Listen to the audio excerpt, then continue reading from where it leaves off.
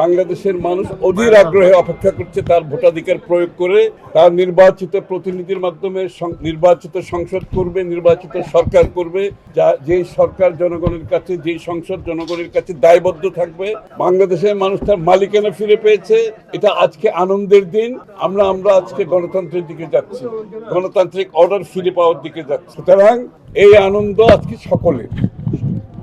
আমরা যারা আন্দোলন করেছি, যারা ত্যাগ স্বীকার করেছে, যারা মৃত্যুবরণ করেছে, যারা পঙ্গু হয়ে গেছে, এই দিনটা সকলের জন্য অত্যন্ত গুরুত্বপূর্ণ দিন। সুতরাং এটাকে সামনে রেখে আমরা গণতন্ত্রের পথে যাত্রা যে করেছি, আল্লাহর কাছে আমরা চাইবো যেটা আমরা এটা সফল হতে পারি। বাংলাদেশ যাতে আবার গণতন্ত্রের পথে ফিরে আসে, বাংলাদেশের মানুষ তার মালিকানা ফিরে পায়।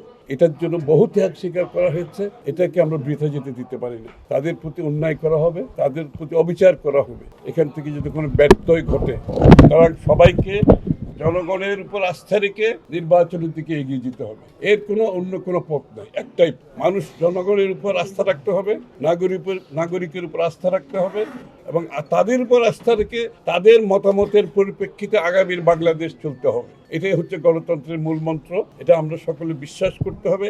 একে অপরের প্রতি সহনশীল হতে হবে। আমাদের রাজনৈতিক সংস্কৃতি বদলিয়ে অপরের সাথে দ্বিমত পোষণ করেও আমরা তার মতের প্রতি শ্রদ্ধা জানাতে হবে, সম্মান জানাতে হবে। একটা সহনশীল রাজনৈতিক সংস্কৃতি আমাদেরকে চালু করতে হবে আগামী দিনে। না, জোট তো হতেই পারে, এটা তো সকলের অধিকার।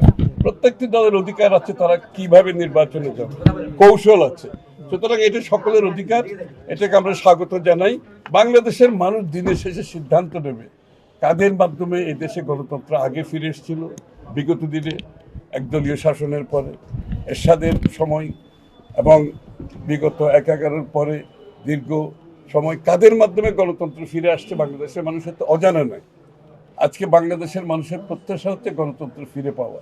কোন দলের মাধ্যমে বারবার গণতন্ত্র ফিরে এসেছে, কারা গণতন্ত্রের টর্চ বেয়ারার, কারা গণতন্ত্রের জন্য সব কিছু বিসর্জন দিতে রাজি আছে, বাংলাদেশের মানুষের তো অজানা নয়। সুতরাং তারা জানে আগামী দিনে কাদের মাধ্যমে বাংলাদেশে আবার গণতন্ত্র ফিরে আসবে। বাংলাদেশে আবার উন্নয়ন বলতে সঠিক উন্নয়ন, ওই বাটপারি চুরির উন্নয়ন না, সঠিক উন্নয়ন যেখানে প্রত্যেকটি মানুষের কাছে উন্নয়নের সুফল পেতে পারে, তারা অংশগ্রহণ করতে পারে।